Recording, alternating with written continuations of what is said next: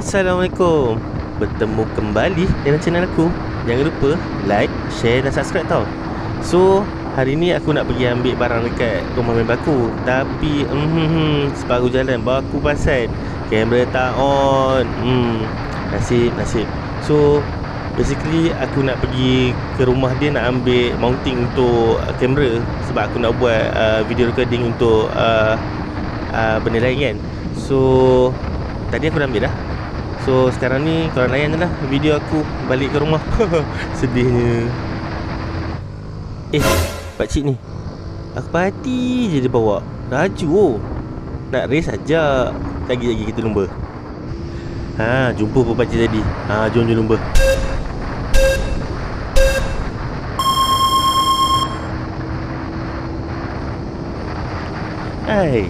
Macam kenapa berhenti kat tepi?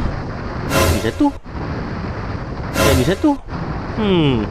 Macam ada roadblock je.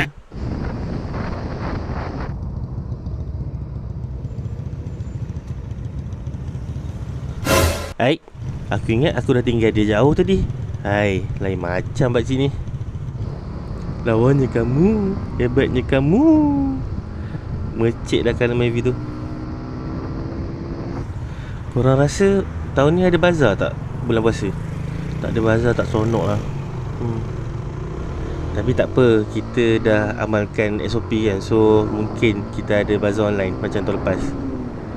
Layan je lah, janji ada makan.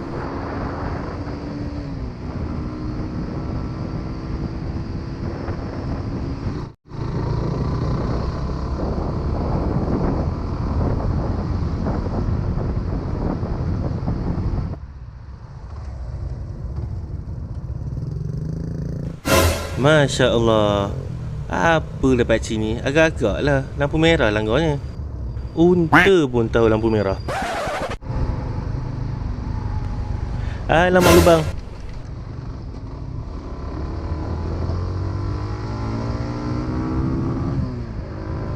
Oh, sikit lagi.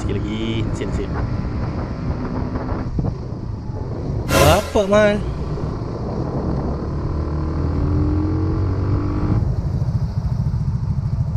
Lawa helmet kenyek.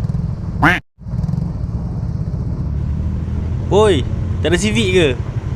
Anjing.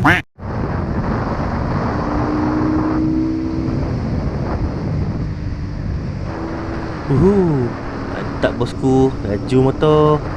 Baik lah. Cuaca pun baik je. Kalau ajak ride, best ni. Oi, kau dah kenapa gila? Kalau kau kena tadi, memang arwah aku. Gila betul.